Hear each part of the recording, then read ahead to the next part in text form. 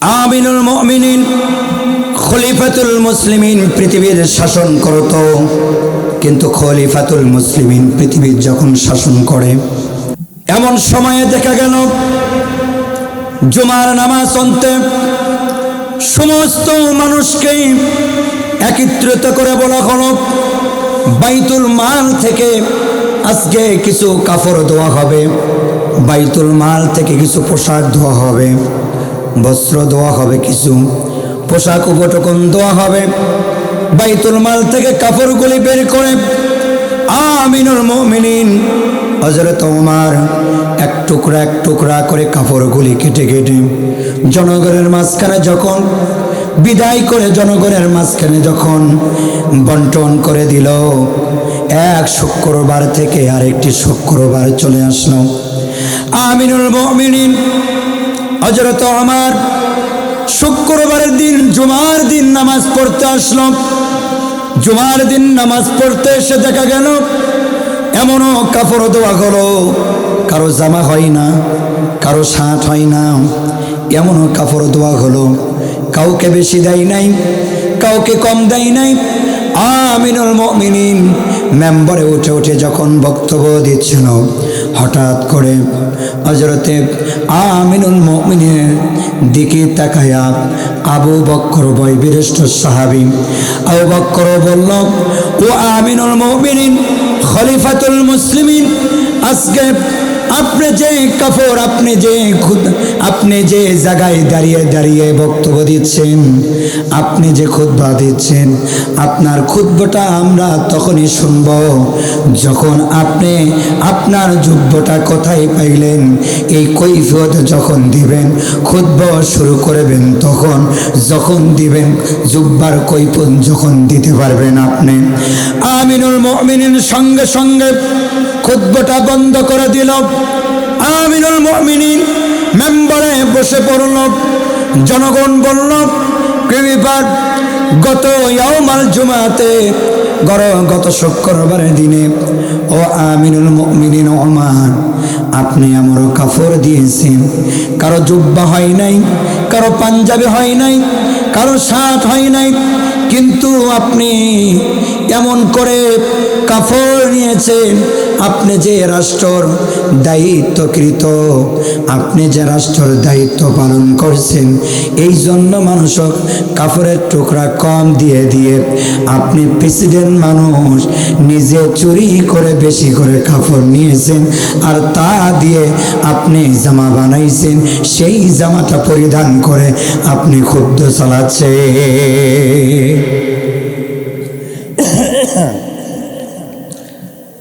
আমিনুল মুমিনিন সঙ্গে সঙ্গে খুতবা বন্ধ করল। আবু বকর বলল, ও আমিনুল মুমিনিন খলিফাতুল মুসলিমিন, আপনি অর্ধজাহানের মালিক, আপনি শাসন করেন, কিন্তু আপনি তাকায়া দেখেন কেউ একটা নতুন পোশাক পরিধান করে আসতে পারে নাই, কিন্তু আপনি লিডার হয়ে, এই জাতির কর্ণধর্ণ হয়ে, আপনি প্রেসিডেন্ট হয়ে নিজে কাপড় বেশি নিয়ে, আপনি বাইতুল মাল থেকে কাপড় চুরি করে নিয়ে আপনি নিজে জুব্বা পরে আসলেন, কিন্তু আমাদেরকে কাপড় কম দিলেন। আমিনুল মুমিনিন হযরত ওমর সঙ্গে সঙ্গে মেম্বারে বসে কান্নায় ভেঙে পড়ে গেল। আর কোনোদিন আর কখনো খুতবা দেয় না, আর কখনো কথা বলে না। আমিনুল মুমিনিন বলল, আমার এই জবাব আমার সন্তান দেবে। আমিনুল মুমিনিন খলিফাতুল মুসলিমিনের সন্তানের নাম ছিল আব্দুল্লাহ। নাম কি ছিল বলেন তো? নাম কি ছিল? আব্দুল্লাহ নাম ছিল। আব্দুল্লাহ পাশ থেকে বলে, ও জাতি, ও মুসল্লি ইকরাম, আমার বাবার মুসল্লি ইকরাম, তোমরা শুনে রেখো, আমার বাবা চোর নয়, আজকে প্রায় 9 বছর এই পৃথিবী শাসন করতেছে। ঠান্ডা পানি কেন ভাই? বলেন আল্লাহ।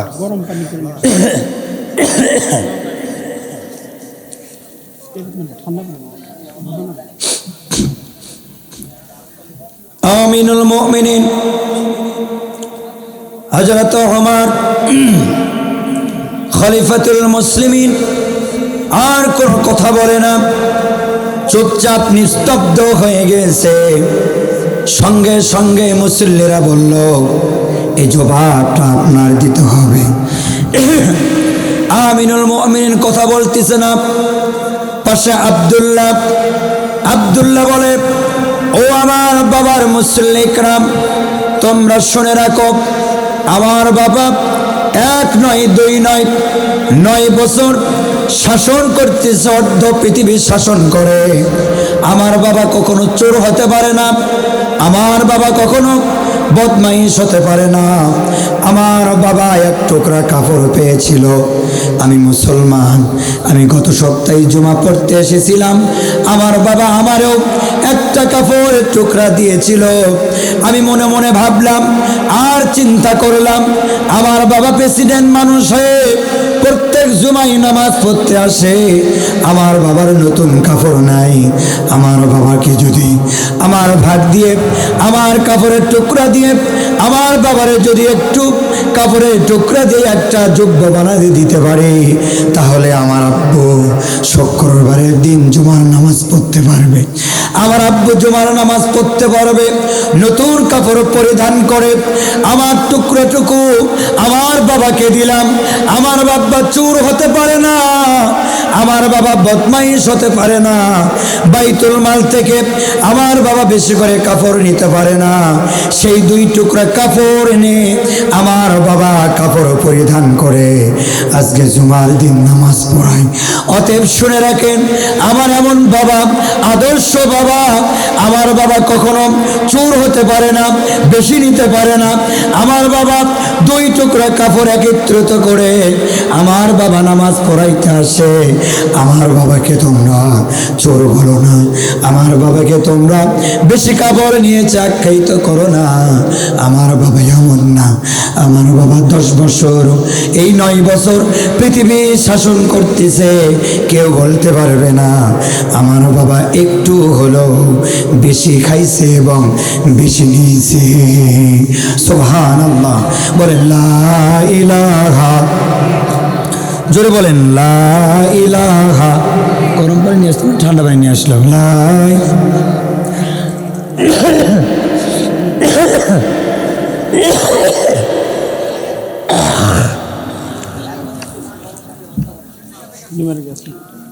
বলে আসছিল গরম পানি, তারা তো জানি নিয়ে আসছে ঠান্ডা।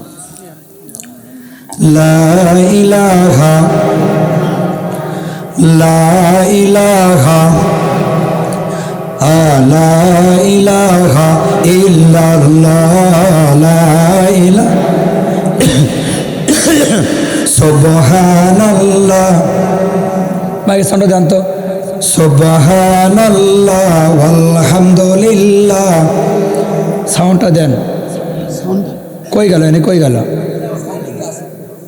এটা দূর থেকে দেন, টানে, দূর থেকে দেন, টানে, দূর থেকে দেন, টানে, এটা দূর থেকে টানুক, সেটা দেন। আপনি একটু চেষ্টা করেন, বলেন লা ইলাহা লা ইলাহা সুবহানাল্লাহ আলহামদুলিল্লাহ লা ইলাহা লা ইলাহা।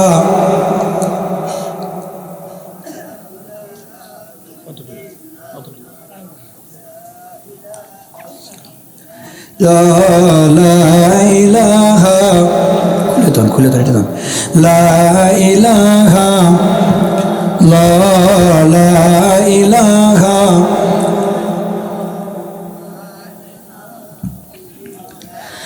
লা ইলাহা ইল্লাল্লাহু মুহাম্মাদুর রাসূলুল্লাহ। খলিফাতুল মুসলিমিন আর যত আমার কোনো কথা বলে না। আব্দুল্লাহ বলে, আমার বাবা কখনো বেশি কাপড় নিতে পারে না। আমার বাবা এমন বাবা, আমি এক টুকরা কাপড় পেয়েছিলাম, আমার বাবা এক টুকরা কাপড় পেয়েছিল। সেই কাপড় দিয়ে আমার বাবা একটি জুব্ব বানায়া শুক্রবারের দিন এসে নামাজ পড়াইতে এসেছে। আমার বাবাকে তোমরা চোর বলো না। আমার বাবা এমন বাবা, আমি একদিন বলেছিলাম বাবা আমার একটু মিঠা খাইতে মন চায়। আমার বাবা বলে 1 সপ্তাহ অপেক্ষা করো। 1 সপ্তাহ যদি তুমি অপেক্ষা করতে পারো আর আল্লাহরে ডাকতে পারো, আল্লাহ যদি ব্যবস্থা করে দেয়, আমি আমিনুল মুমিনিন খলিফাতুল মুসলিমিন তোমাকে মিঠার ব্যবস্থা, তোমাদের খাবারের ব্যবস্থা আল্লাহ পাকে চাই তো ইনশাআল্লাহ করায়া দিব।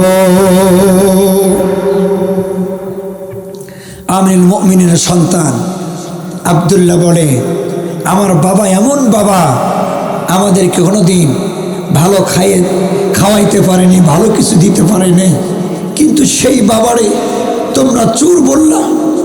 তোমরা ভালো করে শুনে রাখো, আমার বাবা সেই বাবা নয় যে তোমরা চোর বলবা। প্রায় এই শেষ লাস্টের বছরে প্রায় 9 বছর পার হয়ে গেছে, এখন 10 বছর পার হয়ে যাবে। শেষের দিকে আমিনুল মুমিনিনকে চোরের আখ্যায়িত দেওয়া হলো। আমিনুল মুমিনিন বলে আমি আজ থেকে আর খুতবা দেব না যতক্ষণ পর্যন্ত তোমাদের কাছে আমি ক্ষমা না পাইব, যতক্ষণ পর্যন্ত তোমরা আমাকে ক্ষমা না করবা। আমার এতটুকু অপরাধ যে আমি 2 টুকরা কাপড় নিয়ে আমি নিজে জুব্বা পরিধান করে তোমাদের সামনে এসেছি। পারিত পক্ষে তোমাদের মনে কষ্ট জেগেছে, আমিনুল মুমিনিন খলিফাতুল মুসলিমিন নতুন জুব্বা কোথায় পেল, আমরা তো জুব্বা পেলাম না। আরে আমার এই নতুন পোশাক পরিহিতর কারণে যারা যারা কষ্ট পেয়েছ তাদের পায়ে ধরে আমি ক্ষমা চাই, তারা আমাকে ক্ষমা করাইয়া দাও। আজকের আর কালকের নেতা যদি আপনি বলতে থাকেন আপনি 40,000 টাকা বেতন পান, 1 লক্ষ টাকা বেতন পান, আপনার কেনাডাই বাড়ি, মামু বাড়ি, কেনাডাই বাড়ি, আপনার এখানে পেরাডু গাড়ি, আপনার এত দামি দামি গাড়ি আর বাড়ি, আপনার ছেলের একটা মেয়ের একটা, এইগুলো কোথায় পাইলেন? আপনি সামান্য মেম্বার এবং চেয়ারম্যানের কাছে যদি বলেন আপনার লাখের বারান্দা ঘুষি দিয়ে চটকায় দিবে। কথা বলেন ঠিক কিনা? কেউ কি জিজ্ঞাসা করতে পেরেছেন যে আপনার 20,000 টাকা বেতন পান, আপনি এত বড় অট্টালিকা বাড়ি বাড়ি কই থেকে বানান? কেউ কি বলতে পেরেছেন? কেউ কি বলতে পারছেন? কেউ বলতে পারেননি। কিন্তু আমিনুল মুমিনিনের সামনে, হযরত ওমরের সামনে মুসল্লি বলে আপনি নতুন জুব্বা কোথায় পেলেন? জবাব দেবেন, তারপরেই আপনি নামাজ পড়াবেন। তাহলে বোঝা যাচ্ছে ইসলামের শাসন, কোরআনের শাসন আল্লাহর জমিনে প্রতিষ্ঠিত হইলে আপনি প্রধানমন্ত্রীকে জিজ্ঞাসা করতে পারবেন আমি না খেয়ে আসি, আপনি খেয়ে আসেন কেন? কথা বলেন ঠিক কিনা?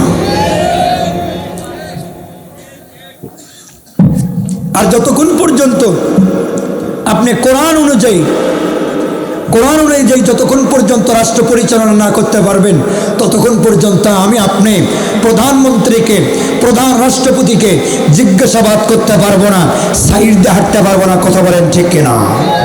তাহলে এই পৃথিবীতে শাসন কিসের দরকার? কিসের দরকার? কোরআনের শাসন, সৎলোকের কোরআনের শাসন চাই, সৎলোকের শাসন চাই, কোরআনের শাসন চাই, সৎলোকের ভাত চাই। এই পৃথিবীতে আসমানের নিচে জমিনের ওপরে কোরআনের শাসন দিয়ে যদি জমিন পরিচালনা হয় তাহলে এই পৃথিবীতে চোর আর বাটপার, লুচ্চার, বদমাইশ একটাও থাকবে না। কথা বলেন ঠিক কিনা? এই জন্য কোরআনের শাসন আমাদের দরকার। কথা বলেন ঠিক কিনা?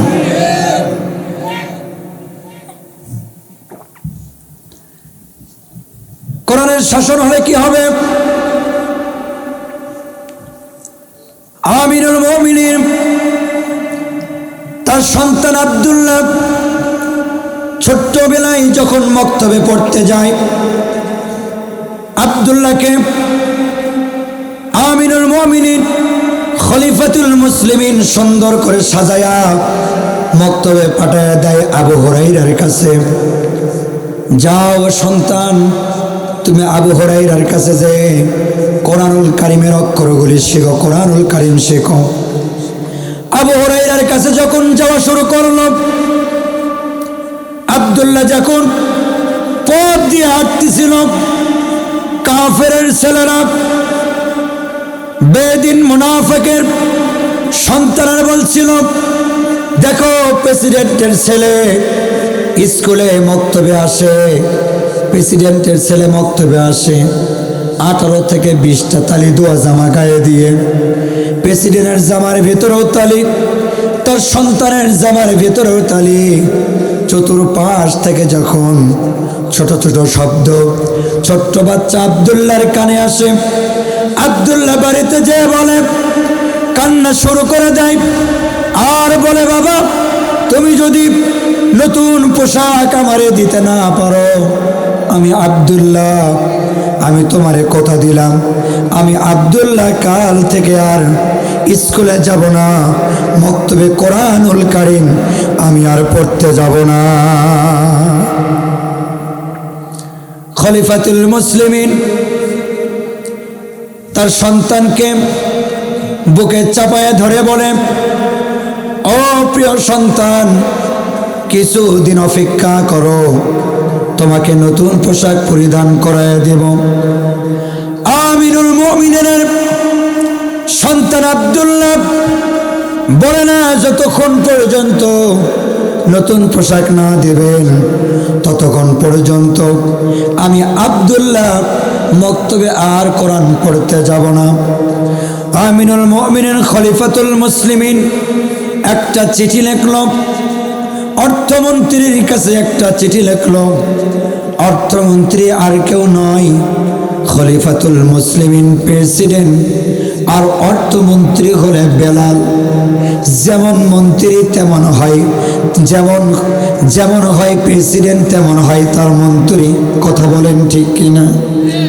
মন্ত্রীর কাছে চিঠি লিখল, মন্ত্রী চিঠিটা বাহনকৃত মানুষ নিয়ে আসলো।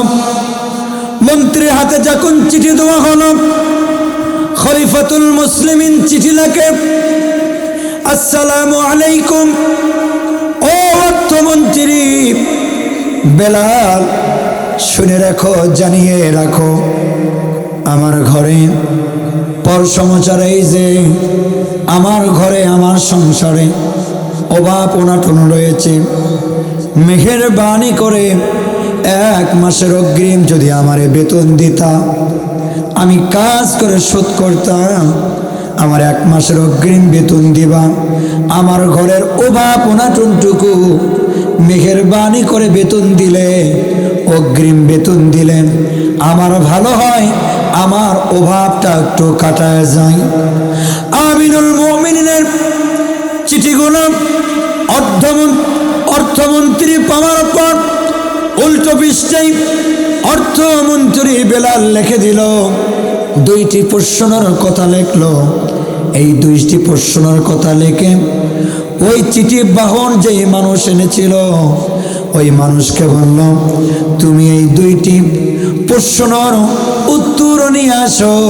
খলিফাতুল মুসলিমিন যদি চাই 1 মাসের কেন 1 বছরের বেতনও আমি অগ্রিম দিতে পারবো, তবে এই 2টি প্রশ্নের উত্তর যতক্ষণ পাবো না ততক্ষণ আমি অর্থমন্ত্রী বেলাল হয়ে প্রেসিডেন্টকে বেতন দিতে পারবো না। হিসাব করছেন, যেমন অর্থমন্ত্রী তেমন তার প্রেসিডেন্ট, যেমন তার প্রেসিডেন্ট তেমন তার অর্থমন্ত্রী। প্রেসিডেন্ট এসে বলে, বাহনকৃত যেই চিঠি নিয়ে গেছিল মানুষটা খলিফাতুল মুসলিমিনের কাছে এসে চিঠি দেয়, খলিফাতুল মুসলিমিন আপনি এই 2টি প্রশ্নের যদি উত্তর দিতে পারেন তাহলে আপনার অর্থমন্ত্রী আপনাকে বেতন দিতে রাজি আছে।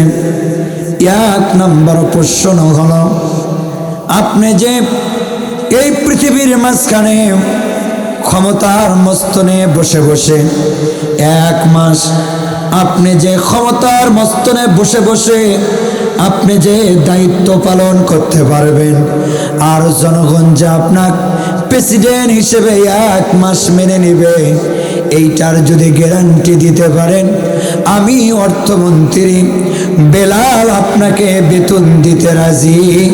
অর্থমন্ত্রী যখন এই চিঠির প্রশ্নটুকু যখন বলে, আর অর্থমন্ত্রীর প্রশ্ন পেয়ে খলিফাতুল মুসলিমিন, পৃথিবী অর্ধ পৃথিবী শাসন করত খলিফাতুল মুসলিমিন, অর্ধ পৃথিবী শাসন করত এই খলিফাতুল মুসলিমিন প্রেসিডেন্ট, ওই প্রশ্নটা পাওয়ার সঙ্গে সঙ্গে 2 চোখ বেয়ে বেয়ে পানি পড়ে আর দোয়া করতে থাকে। আমিনুল মুমিনিন দোয়া করে, খলিফাতুল মুসলিমিন দোয়া করে তার অর্থমন্ত্রীর জন্য। অর্থমন্ত্রীকে বলে, অর্থমন্ত্রী আমি প্রেসিডেন্ট হয়ে এখনো পর্যন্ত ভুলের মধ্যে ছিলাম, ভুলের পথে ছিলাম, আমাকে জনগণ 1 মাস রাখবে কি রাখবে না আমার গ্যারান্টি নাই। খলিফাতুল মুসলিমিনের এই চিঠির উত্তর পেয়ে বেলাল বলে, অর্থমন্ত্রী বলে, আপনি গ্যারান্টি দিতে পারেন না আপনাকে জনগণ 1 মাস রাখবে কি রাখবে না, আমি বেতন দিয়ে আমি জনগণের কাছে অর্থমন্ত্রী হয়ে অর্থ প্রসারকারী মন্ত্রীর আখ্যায়িত নিতে পারবো না।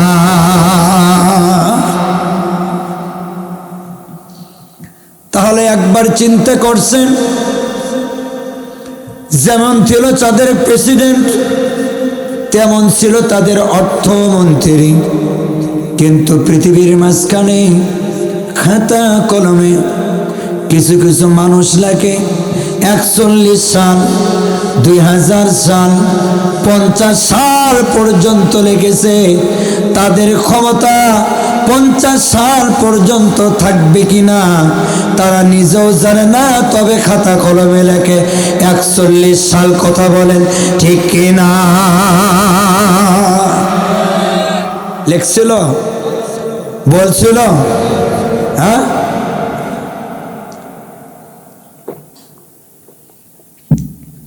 ডালেন। তাহলে 41 সাল পর্যন্ত লিখে দিয়েছিল। আমি কি কারো বিরুদ্ধে বলেছি? হ্যাঁ, আবু জেহেল লেখছিল 40, ফেরাউন লেখছিল 40 সাল পর্যন্ত। কয় সাল? বুখারী মুসলিমের একটা রেওয়াত হাদিসে আসছে ফেরাউন লেখছিল 40 সাল পর্যন্ত, কিন্তু আমি আপনি লিখি হলে 41 সাল পর্যন্ত। তাহলে মনে হচ্ছে ডবল ফেরাউন। কথা বলেন ঠিক কিনা? ফেরাউনের মতো ফেরাউন লেখছে 40 সাল আর আমি আপনি লিখছি 41 সাল। তাহলে মনে হয় আমাদের বুঝতে বাকি রইল না, এটা শুধু ফেরাউন না, এটা ফেরাউনের নানি আর নানা। কথা বলেন ঠিক কিনা?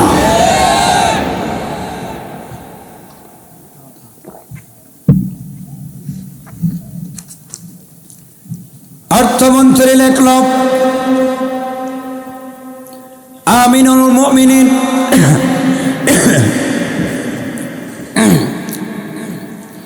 খলিফাতুল মুসলিমিন, আপনি যদি বলতে পারেন ক্ষমতায় থাকবেন, তাহলে আপনাকে 1 মাস কেন 1 বছরের বেতন দিয়ে দেব। আজকে যদি ক্ষমতার মস্তনে কেউ যদি বসে, তারা কি বলে? আর যারা অর্থমন্ত্রী হয় তারা কি কখনো বলে আমার পাশ থেকে, আমার ব্যাংক থেকে, আমার ব্যালেন্স থেকে আপনাকে অর্থ প্রচার করব, ক্ষমতা যেদিন পর্যন্ত থাকতে পারবেন আমারে লিখে দিতে হবে, তারপরে আপনাকে অর্থ দেব। কথা বলেন ঠিক কিনা? কেউ বলে না। মানিক চোরের মতন মানিক চোর দাড়ি মোচ কামাইয়া চাপাইয়া একেবারে কোলা পাতার উপরে শোয়া থেকে, তারপরও জাতি তারে রক্ষা দেয় নাই। কথা বলেন ঠিক কিনা? রক্ষা পেয়েছে। ওই ওই শেষে বেলালের ভান না, বেলাল রাদিয়াল্লাহু তাআলার ভান ধরেছিল যে বেলাল তো অর্থমন্ত্রী ছিল, খলিফাতুল মুসলিমের মতন কি ব্যবহার করেছে, আমিও দাড়ি দুড়ি মুস্টুস রাখি, আমারও মনে হয় বেলাল বেলাল লাগে।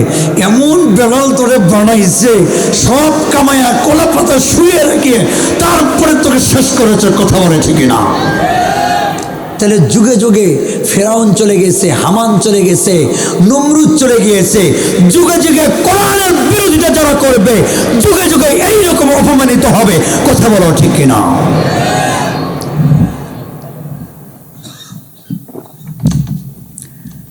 আসেন খলিফাতুল মুসলিমিন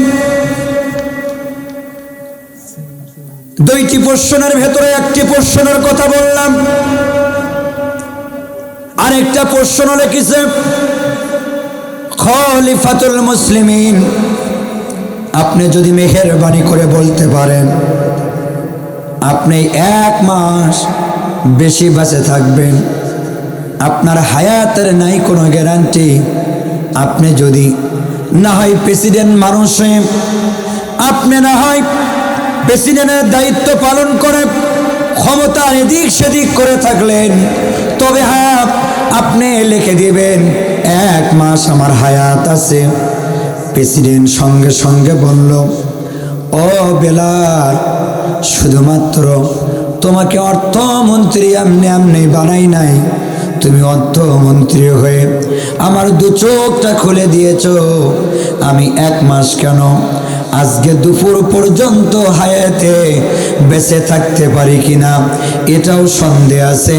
আমার 2 চোখ খুলে দিয়েছ বেলাল, তোমার জন্য দোয়া করি যুগে যুগে তোমার মতো বেলাল যদি অর্থমন্ত্রী হয় তাহলে দেশের টাকা বিদেশে আর প্রচার হবে না।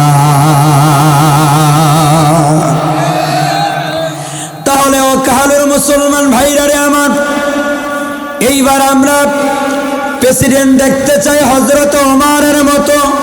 কথা বলেন ঠিক কিনা? অর্থমন্ত্রী দেখতে চাই, ও কাহালের মানুষ অর্থমন্ত্রী দেখতে চাই বেলালের মতো, প্রেসিডেন্ট দেখতে চাই হযরত ওমরের মতো।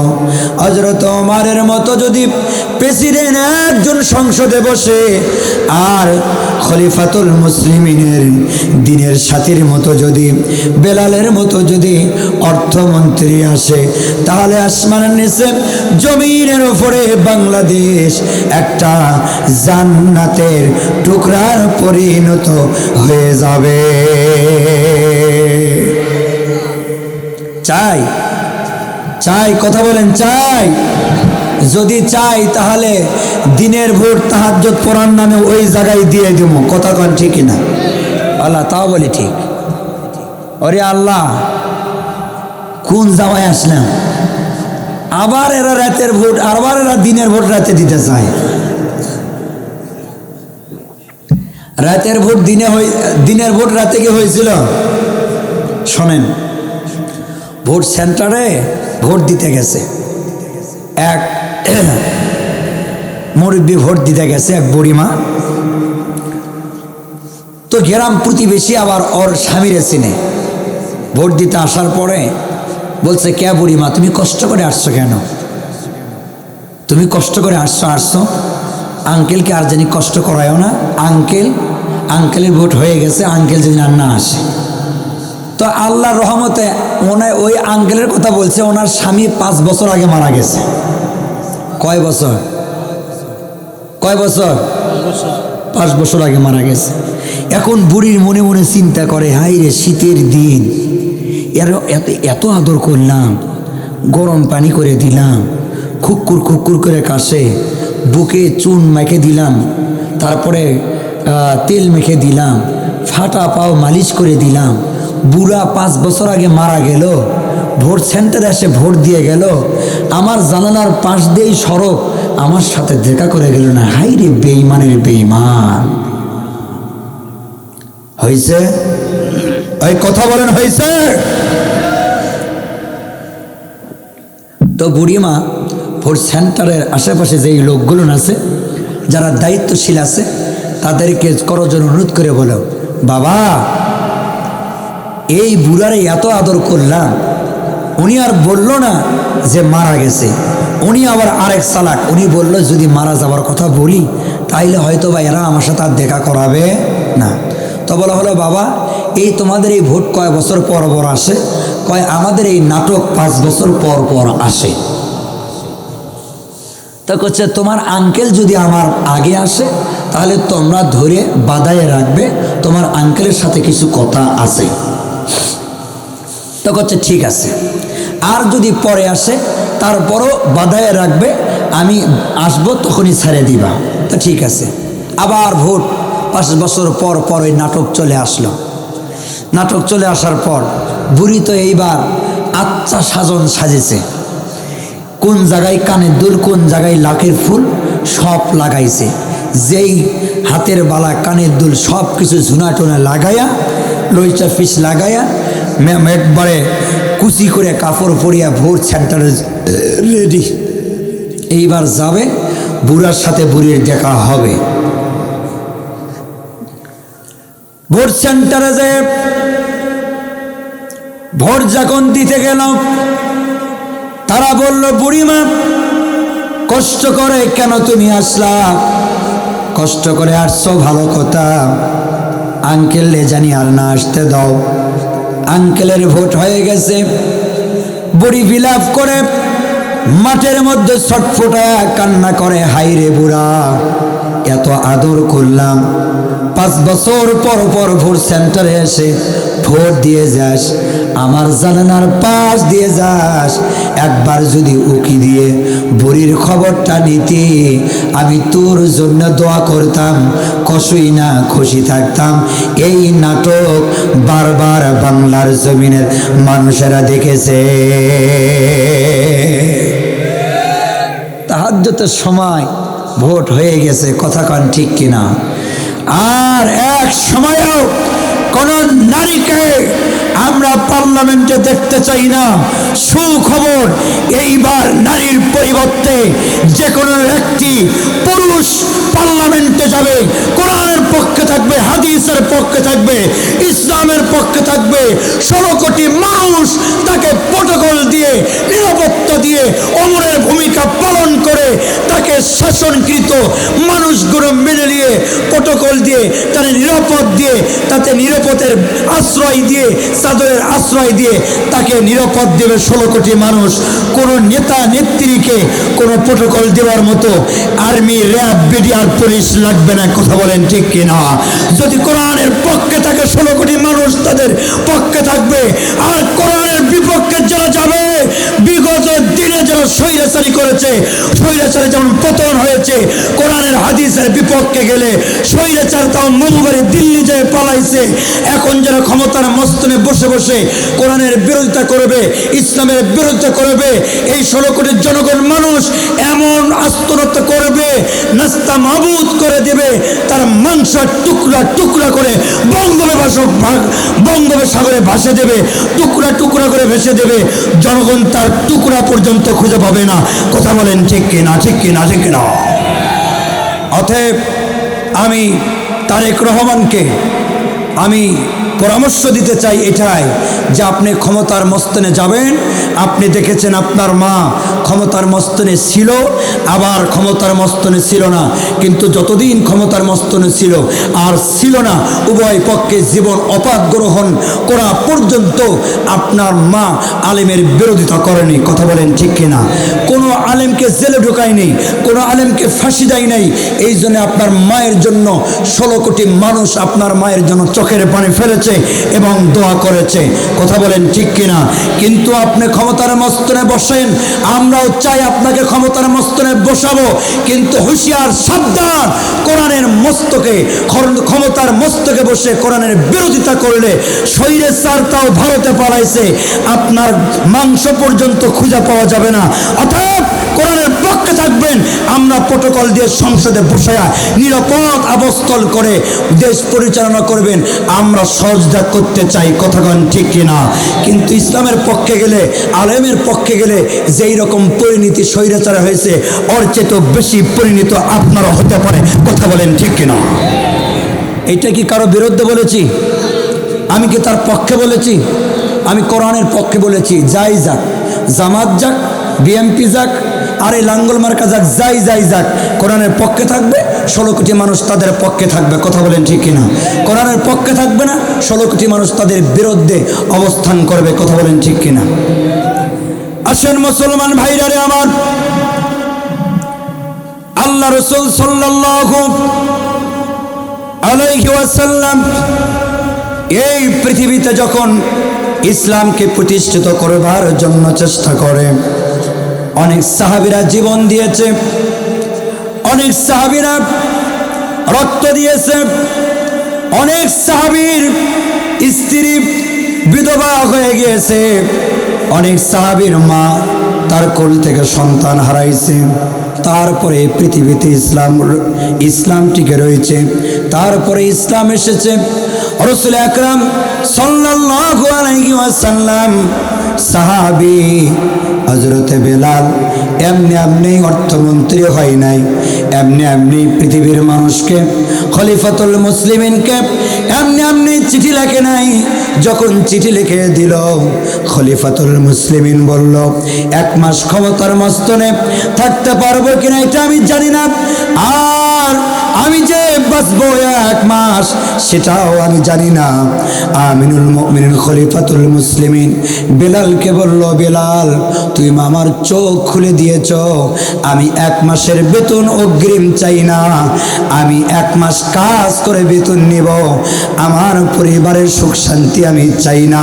তাহলে ইমানদারেরা পরিবারের সুখ চাই না, একমাত্র নিজের সুখ চাই না, নিজের সুখ এবং পরিবারের সুখ শুধুমাত্র বিসর্জন দেয় হলে আল্লাহ এবং আল্লাহর কোরআনের জন্য। কথা কন ঠিক কিনা?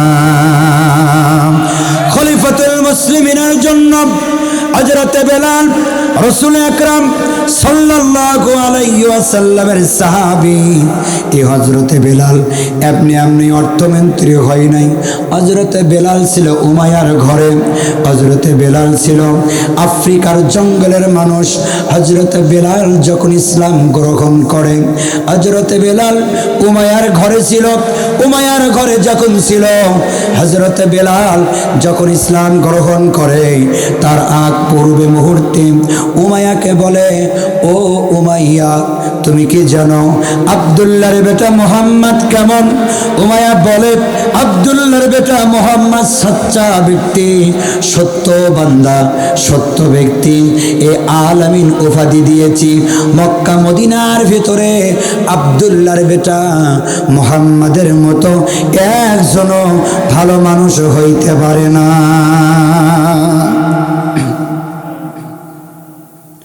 হযরত বেলাল উমাইয়াকে বলে, উমাইয়া তুমি যখন সত্য প্রমাণ দিলে, তাহলে আপনার ঘরে আমি দাসের কাজ করতেছিলাম, দিনমজুরি কাজ করতেছিলাম। বেলাল উমাইয়াকে বলে, উমনি আপনি যদি ইসলাম গ্রহণ করেন তাহলে আমার জন্য সহজ হয়।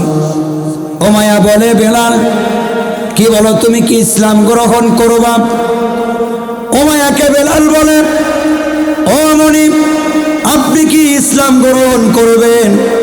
বলে, না আমি উমাইয়া ইসলাম গ্রহণ করব না। বেলাল বলে, উমাইয়া আমার মনি আপনি সাক্ষী থেকে যান, লা ইলাহা ইল্লাল্লাহ।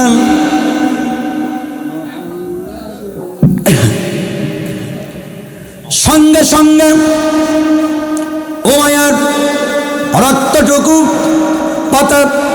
পায়ের পাতা থেকে মাথাতে উঠে গেল। আর উমাইয়া বেলালের কলার ধরে জমিনের ভিতরে ত্রাস করে ফেলে দিল।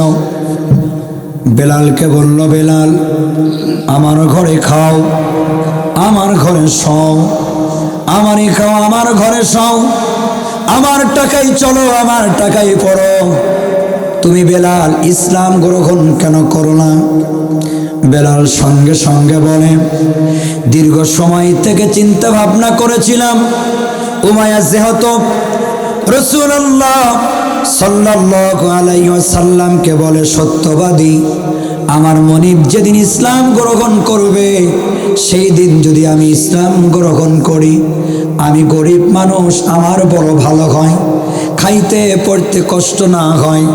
কিন্তু যখন বুঝলাম আমার মনে উমাইয়া ইসলাম গ্রহণ করবে না, সত্য যখন এসেছে সামনে, আমি তখন সত্যর সাক্ষী হয়ে সত্যটা গ্রহণ করে নিলাম।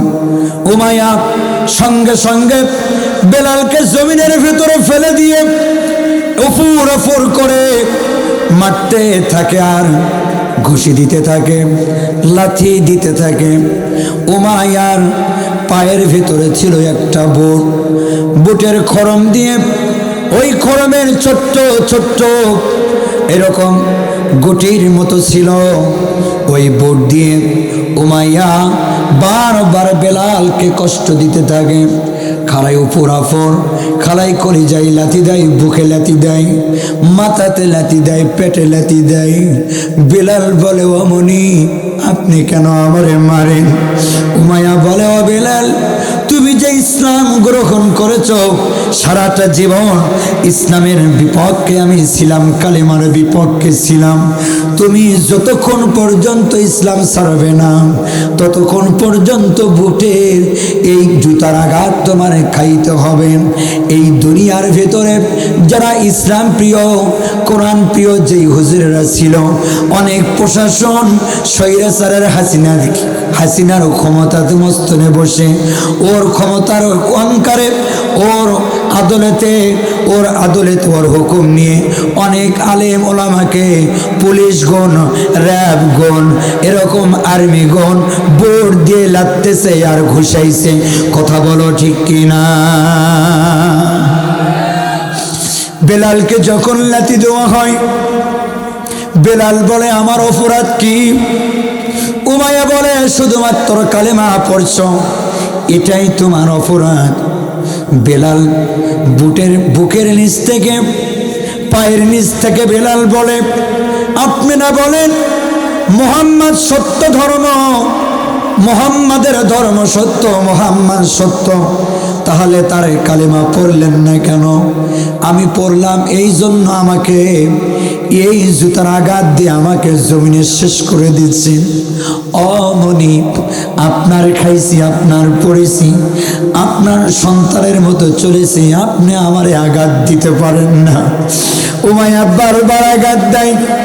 উমাইয়া তৎক্ষণাৎ নিজে আঘাত করতে করতে বেলালকে শেষ পর্যন্ত বলে, ও বেলাল, এখনো সময় আছে, কালেমা ছেড়ে দাও। উমাইয়ার এই কথাতে বেলাল বলে, জীবন চলে যাবে, কালেমা আমি ছাড়ব না।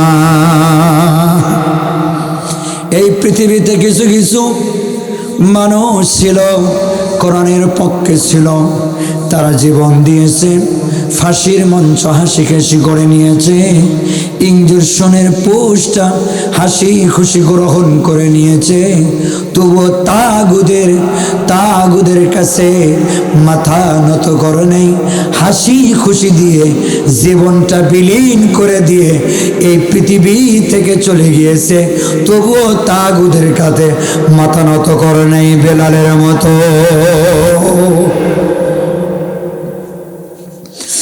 বেলালকে যখন আঘাত দেয়, বেলাল শেষ পর্যন্ত বলে, জীবন আছে যতক্ষণ, কালেমা থাকবে আমার ততক্ষণ। উমাইয়ার নেতৃত্বে অনেকগুলি কাফেরদেরকে ডাক দেওয়া হলো। উমাইয়া বলল, আসো, আমার ঘরের চাকর ইসলাম গ্রহণ করেছে, সাইজ করতে হবে।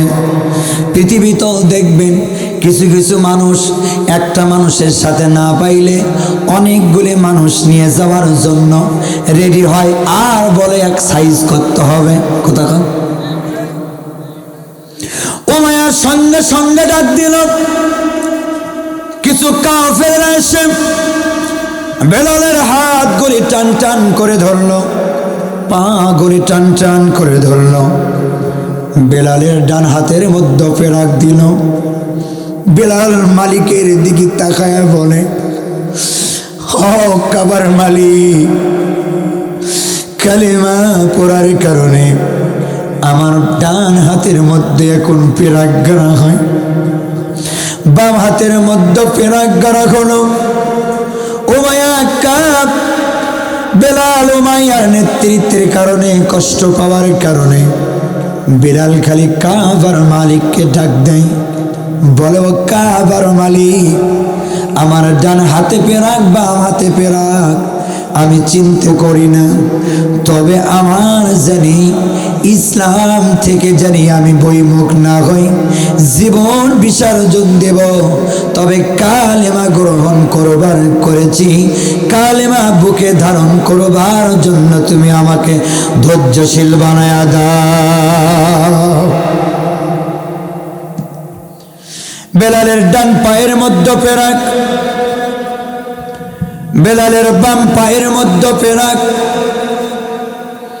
বেলালকে যখন কষ্ট দেওয়া হয়, শেষ পর্যন্ত বেলালকে 18 থেকে 20 জন মিলাইয়া শেষ পর্যন্ত বেলাল যখন ইসলাম ছাড়ল না, 18 থেকে 20 জন মিলাইয়া একটা পাত্র উত্তোলন করে বেলালের বুকের উপর দেওয়া হলো, আর বেলালকে পাথর চাপা দিয়ে রাখা হলো।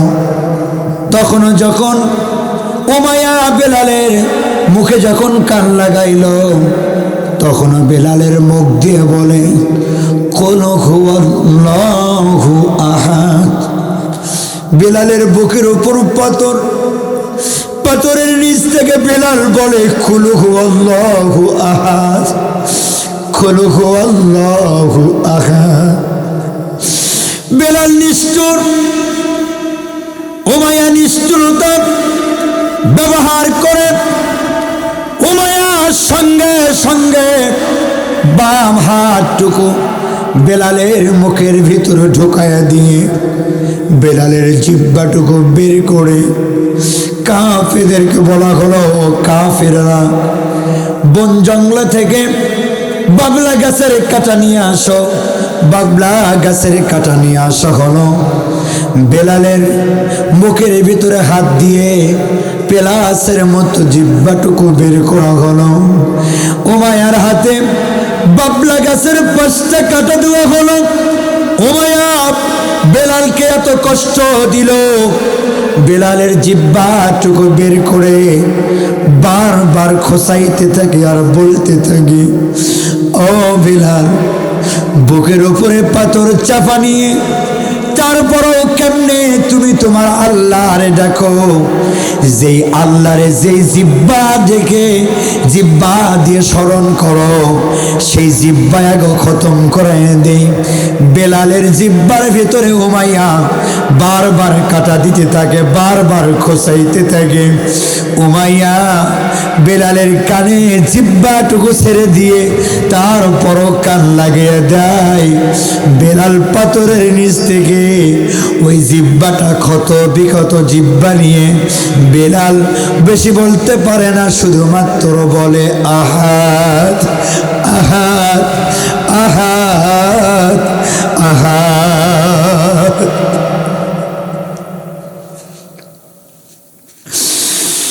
বেলাল পাথর চাপা নিয়ে ক্ষত বিক্ষত জিহ্বা নিয়ে যখন বলে আহাদ, উমাইয়ার আর ভালো লাগে না।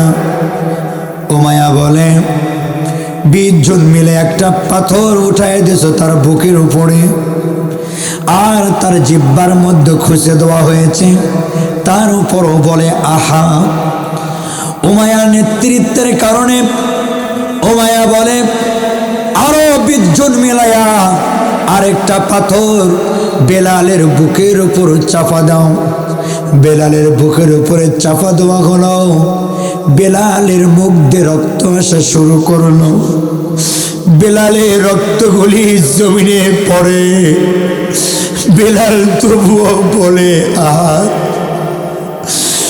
অকাল মুসলমান ভাইরা রে আমার, বেলাল কেমন ইমানদার ছিল, আল্লাহর নবী সাহাবীর কেন ইমানদার ছিল, কেমন তাদের ইমান। বেলাল বলে আহাদ। উমাইয়া বলে মুখ দিয়ে যখন রক্ত আসে আর পিছন দিয়ে যখন ময়লা যুক্ত পায়খানা আসে, আর যখন প্রস্রাব আসে, বেলাল আর বেশিক্ষণ জমিনে বেঁচে থাকবে না, পাথর চাপা দিয়ে বেলালকে মেরে ফেলে দিব। তোমরা চলো, মক্কা মদিনার মানুষ জানি বুঝতে না পারে আমরাই বেলালকে মেরেছি। পৃথিবীর কত মানুষ কোরআনের পক্ষে থেকে, হাদিসের পক্ষে থেকে, ইসলামের পক্ষে থেকে কত বন্দুক যুদ্ধই পেপারে হিডিং আসলো, বন্দুক যুদ্ধই মারা গেল। একটা ট্যাকও জনগণ তোমাদেরকে দাড়িওয়ালা আর পাকড়িওয়ালা আর জুব্বাওয়ালাদেরকে লেগেই দিল। এরা সমস্ত আইএস আর জঙ্গি, এরা আইএস, এরা বন্দুক যুদ্ধই মারা গিয়েছে। দেখা গেল যুবক ভাইয়েরা, যুবক সন্তানেরা, হীরাখণ্ড মুসলমান ভাইরা আমার রাস্তা থেকে ধরলো, কালো একটা হাইজে উঠাইল, গভীর রাতে গুলি করে তাকে বলল বিদায় নিয়ে চলে যাও। দৌড়ানো শুরু করলো, গুলির আঘাতে, বুলেটের আঘাতে মায়ের সন্তানটা জমিনে থপড়াইয়া মারা গেল। মায়ে ভাবলো আমার সন্তান বুঝি গোপনে গোপনে আইএস করতো, কথা কন ঠিক কিনা? কত সন্তানের, কত মায়ের বুক খালি, আর কত স্ত্রীর, কত স্ত্রী বিধবা হয়ে গেল। এই 16 বছর 18 বছর আমি আপনাদেরকে বলবো, কোরআনওয়ালা এবং হাদিসওয়ালা যদি সংসদে যায়, আল্লাহ পাক এই রকম নির্যাতন থেকে পৃথিবীর মানুষকে হেফাজত করবে, কথা কন ঠিক কিনা? বেলালকে 2টা পাথর 18 জন মিলায়া উঠে দেওয়া হলো। বেলালের মুখ দিয়ে রক্ত আসা শুরু করলো। বেলালের মুখের ভিতরে বাবলা গাছের কাঁটা দিয়ে খোসানো হলো। বেলাল তবুও বলে আহাদ, আহাদ, আহাদ। বেলাল সাক্ষী দেয় কার? বেলাল সাক্ষী দিচ্ছে কার? জীবন চলে যায় যাই ভাব, বেলাল সাক্ষী দেয় আল্লাহর।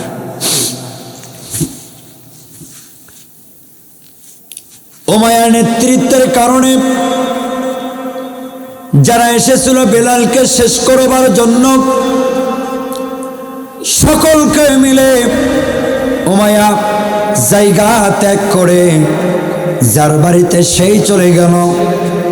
1 সপ্তাহ পর উমাইয়ার নেতৃত্বের কারণে 1 সপ্তাহ পর কিছু মানুষ এসে বেলালকে দেখবার জন্য আসা হলো। উমাইয়া দেখতে পারল 2টি পাথর যেইভাবে আছে সেইভাবে রাখা হয়েছে, বেলালের বুকের উপর থেকে পড়ে যায় নাই। মুখের ভেতরে, জিহ্বার ভেতরে বাবলা গাছের কাঁটা দিয়ে খোঁচানো হয়েছে। বাবলা গাছের কাঁটাগুলো জিহ্বার ভেতরে গেড়ে দেওয়া হয়েছে, সেই রকমই রয়েছে। বেলালের রক্তগুলি বন্ধ হয়ে গেছে, প্রস্রাব পায়খানাগুলি বন্ধ হয়ে গিয়েছে। কিন্তু মাইয়া বলে 1 সপ্তাহ আগে, 7 দিন আগে যেমনে দেখেছিলাম বেলাল তার চাইতে পাথরের নিচে এখন তার চাইতে বেশি সুস্থতা দিন কাটা। এই জন্যে বলেছিল মিছিলের সামনের দিক থেকে একজনকে শেষ করে ফেলায়, আরো 10টাও এই জায়গায় আসে। বদরের ময়দানে এসেছিল 313 জন সাহাবী, কাফেররা এসেছিল বহুত জন, 1000 জন ছিল। বদরের ময়দানে ছিল 70টা 72টা উট দুম্বা ছিল, অস্ত্র ছিল 3টি। বদরের ময়দানে আল্লাহ রাব্বুল আলামিন বদরের ময়দানে আল্লাহ রাসূলকে সাহায্য করেছে ফেরেশতা দিয়ে। আল্লাহ রাব্বুল আলামিন বুঝিয়ে দিয়েছে বদরের ময়দানে সংখ্যা দিয়ে বিজয় লাভ হয় না, ঈমান দিয়ে বিজয় লাভ হয়। কথা বলেন ঠিক কিনা? ঈমান দিয়ে বদরের ময়দানে বিজয় লাভ করেছিল, বিজয় লাভ হয়েছিল ঈমান নিয়ে।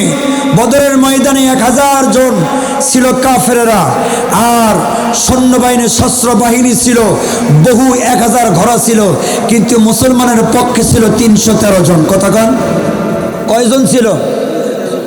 তরবারি ছিল কয়টি? 3টি।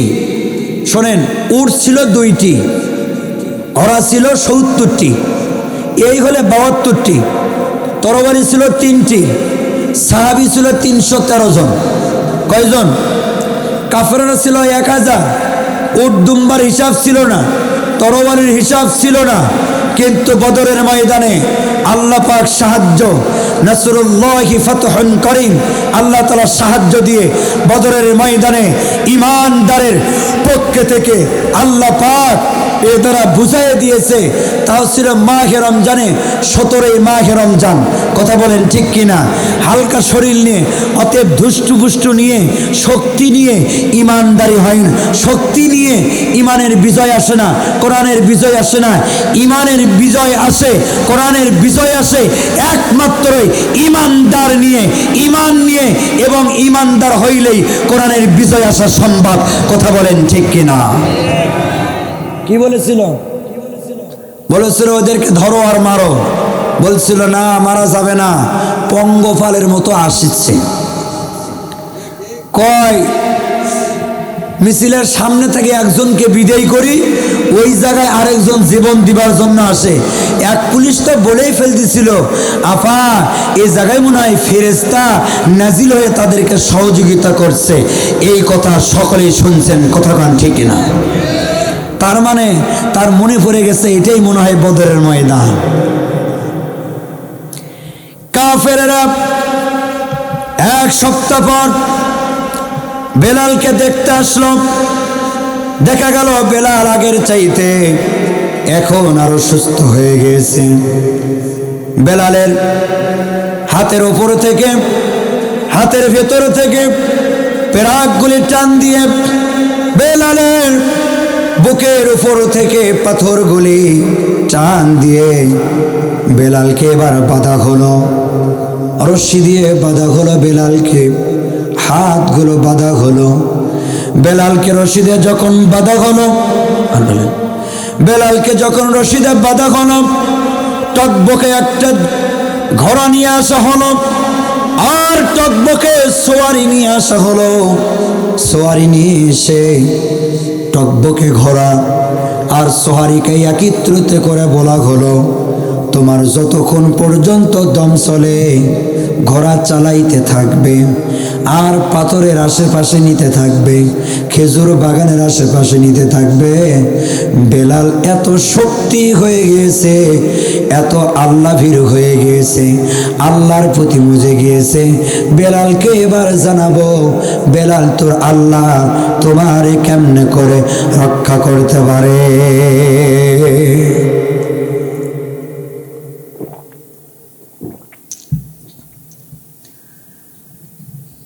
বেলালকে যখন বাঁধা হলো, ঘোড়ার উপর সোহারি, ঘোড়া ছেড়ে দেওয়া হলো, বেলালের 2 হাত বাঁধা। আপনারা চিন্তা করবেন, নিজের দিকে একটু খেয়ালটা ঘুরাইয়া দিবেন, চোখ বন্ধ করে চিন্তা করবেন। আপনি এখনো পর্যন্ত বেঁচে আছেন, আপনার 2টি হাত বেঁধে যদি ঘোড়ার সঙ্গে বেঁধে যদি ছুটে দেওয়া হয়, আর সেখানে যদি পাথর থাকে আর বাগান থাকে, কি রকম লাগবে? বেলালকে তেমন ভাবে ছুটে দেওয়া হলো। বেলাল ঘোড়াগুলি ছুটতেছে, বেলালকে যখন রশি দিয়ে বেঁধে দেওয়া হলো, ঘোড়া যখন ছুটানো শুরু করলো, খেজুর বাগানের ভেতর দিয়ে নেয়, পাথরের পাশ দিয়ে ঘিসে নেয়। বেলালের শরীর থেকে রক্তগুলি পড়তে থাকে, বেলালের শরীর থেকে গোস্ত মাংসগুলি গাছের সঙ্গে সঙ্গে বেজে বেজে উঠে যেতে থাকে। বেলালের শরীর থেকে চর্বিগুলো জমিনে পড়তে থাকে, বেলালের শরীর থেকে রক্তগুলো জমিনে পড়ে। আর বেলালের দিকে তাকায়া বলে, সোয়ারি বলে, ও বেলাল, এখনো তোমার সময় আছে, তুমি যদি বলো আল্লাহর পথ ছাড়াইয়া দিলাম, মুহাম্মাদের কালেমা ছাড়াইয়া দিলাম, তোমার এখনো সময় আছে, ছেড়ে দেওয়া হবে। বেলাল বলে জীবন আছে যতক্ষণ, কালেমা আমার থাকবে ততক্ষণ। বেলালের ঘোড়া আরো উমাইয়ার নেতৃত্বের কারণে ওই ঘোড়াটা আরো দ্রুত গতিতে চড়তে থাকে। চলতে চলতে এক পর্যায়ে বেলালের শরীর আর চলে না, ঘোড়ার শরীর আর চলে না, সোয়ারির শরীর আর চলে না। বেলাল তো বিশ্রাম নেবে, কিন্তু কেমনে নেবে? ঘোড়ার সাথে বাঁধা আরেকটি সোয়ারি উঠায় দিয়ে আবার শুরু থেকে দাবড়ানো শুরু করে দেয়। বেলালের লাখ থেকে লাখের জায়গায় লাখ থাকে না, কানের জায়গায় কান থাকে না, পায়ের জায়গায় পাও থাকে না, পায়ের আঙ্গুলির জায়গায় আঙ্গুলি থাকে না, আঙ্গুলিগুলি জমিনে ছিটকে ছিটকে পড়ে যায়, কানগুলি পাথরের সাথে ঘেঁষে খেয়ে পড়ে যায়, বেলালের মাথাগুলো ফেটে যায়। কাফেররা চতুর্দিক থেকে ঘেরাও করে বেলালের দৃশ্য দেখে আবার সময় দেয়, বেলাল এখনো সময় আছে, মুহাম্মাদের কালেমা ছাড়বি না জীবন দিবি? বেলাল বলে জীবন আছে যতক্ষণ, কালেমা অন্তরে থাকবে আমার ততক্ষণ। মুহাম্মদ সাল্লাল্লাহু আলাইহি ওয়াসাল্লাম, আল্লাহর হাবিব, আল্লাহর রাসূল সাহাবীদেরকে একত্রিত করে বলে, ও সাহাবীরা শুনে রাখো, আমার কালো সাহাবী বেলাল উমাইয়ার নেতৃত্বের কারণে এত কষ্ট পায়, এত কষ্ট নিচ্ছে। মেহেরবানি করে উমাইয়া তো ক্ষমতার লোভী, উমাইয়ার কাছ থেকে আমাকে বেলালটুকু একটু আনায় দাও। আল্লাহর নবী পাশ থেকে দেখে উমাইয়া বেলালকে এত কষ্ট দেয়, শুধুমাত্র পাথর দিয়েই কষ্ট দিল না, ঘোড়ার পিছনে বেঁধে দিয়ে বেলালকে এ প্রান্ত প্রান্তে ছুটে বেড়ানো হলো। বেলালের শরীরটা কেটে কেটে রক্ত বের হয়ে গেল। আল্লাহ রাসূল সাল্লাল্লাহু আলাইহি ওয়াসাল্লাম জমিনে হাঁটুগুলো গাড়িয়ে দিয়ে ফেল ফেল করে থেকে থেকে বেলালের দিকে, ও এক কিছু বলতে পারে না, আর বলে কাবার মালিক, আমার বেলাল সাহাবী ঈমান গ্রহণ করার কারণে উমাইয়া তো কষ্ট দিল, আমার সাহাবীকে তুমি ধৈর্য ধারণ করার জন্য তৌফিক দাও। আমার বেলাল সাহাবী জানি আমার কাছে আসতে পারে, অসুস্থ আসলেও তুমি আমার কাছে এসে সুস্থতা ফেরায়া দিও। দোয়া করেছে কে?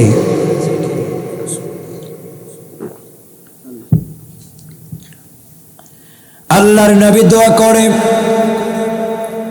সমস্ত সাহাবীরা চতুর্পার্শ্বে বেষ্টনী করে আল্লাহর নবীর হাউমাউ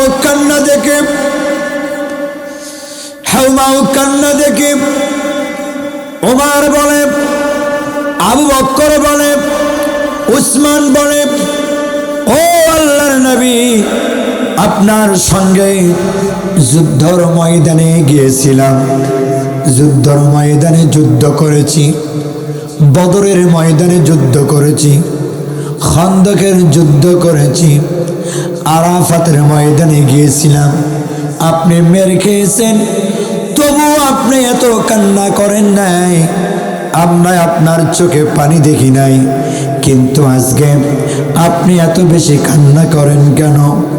আল্লাহ রাসূল সাল্লাল্লাহু আলাইহি ওয়াসাল্লাম ওমরকে বলে, আবু বকরকে বলে, ও আবু বকর, ও ওমর, ও উসমান, তুমি দেখো আমার একটি সাহাবী নাম ছিল তার বেলাল, এই বেলালকে উমাইয়া এত কষ্ট দিয়েছে, ওর কষ্টটুকু আমার কলিজায় লাগে। মেহেরবানি করে আবু বকর, তোমরা যদি আমার ওই সাহাবীকে এনে দিতে পারো, আমি তোমাদের জন্য দোয়া করব, তোমাদেরকে আল্লাহ জানি জান্নাত নসিব করেন। আবু বকর সঙ্গে সঙ্গে নারায়ে তাকবীর দিয়ে এক লাফ দিয়ে বলে, আল্লাহ রাসূল আমার জন্য দোয়া করবে, আমি জান্নাতি হয়ে যাব। আল্লাহ রাসূল কি চান? আল্লাহ রাসূল বলল, তোমরা কয়জন সাহাবী মিলে আমার বেলালকে যদি তুমি এনে দিতে পারো তাহলে তোমাদের জন্য আমি দোয়া করি। আবু বকর ওসমান চলে গেল বেলালের কাছে, উমাইয়ার কাছে যেয়ে বলল, ও উমাইয়া, আর আঘাত করো না, আমাদের সাথী ভাইকে আঘাত করো না। তোমার ঘরে খাইছে, তোমার ঘরে পড়েছে, এই জন্যেই কি বেলালের অপরাধ? বেলালকে আর কষ্ট দিও না। আবু বকর ওসমান যে দেখে উমাইয়া বড় বড় শিখগুলি পোড়া দিয়েছে, আংটাগুলো বানাইছে, কামার যেরকম করে লোহা পিটানোর আগে আগুনের আংটার ভিতর দেয়, কয়লার ভিতর দেয়, উমাইয়া ছোট্ট বড় বড় শিখগুলো ওই কয়লার ভিতরে দিয়ে গনগনা আগুন দিয়ে যখন ওই ওই গনগনা আগুন দিয়ে যখন ওই শিখগুলো আগুনের মতো কালার হয়ে গেছে, উমাইয়ার দেখতেছে বেলালের ভিতর, বেলালের কানের ভিতর, হাতের ভিতর, পায়ের ভিতর। আবু বকর দেখতেছে উমাইয়া ওই গরম শিখগুলো ঢুকায় আর বের করে, আর ঢুকায় আর বের করে। আবু বকর বলে, ও উমাইয়া, তোমার দুটি পা ধরি, আমার বেলাল ভাইকে আর তুমি কষ্ট দিও না। তোমার ঘরে খাইছে, তোমার ঘরে পড়েছে, তার দরুনাই তুমি যা চাও আমি আবু বকর ওয়াদা দিলাম তোমাকে তাই দোয়া হবে। আমাদের ভাইকে বেলালকে আমাদের হাতে ফেরত দিয়ে দাও।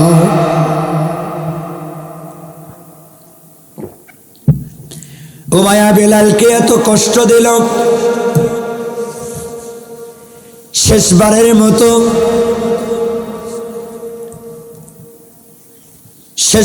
মতো আবু বকর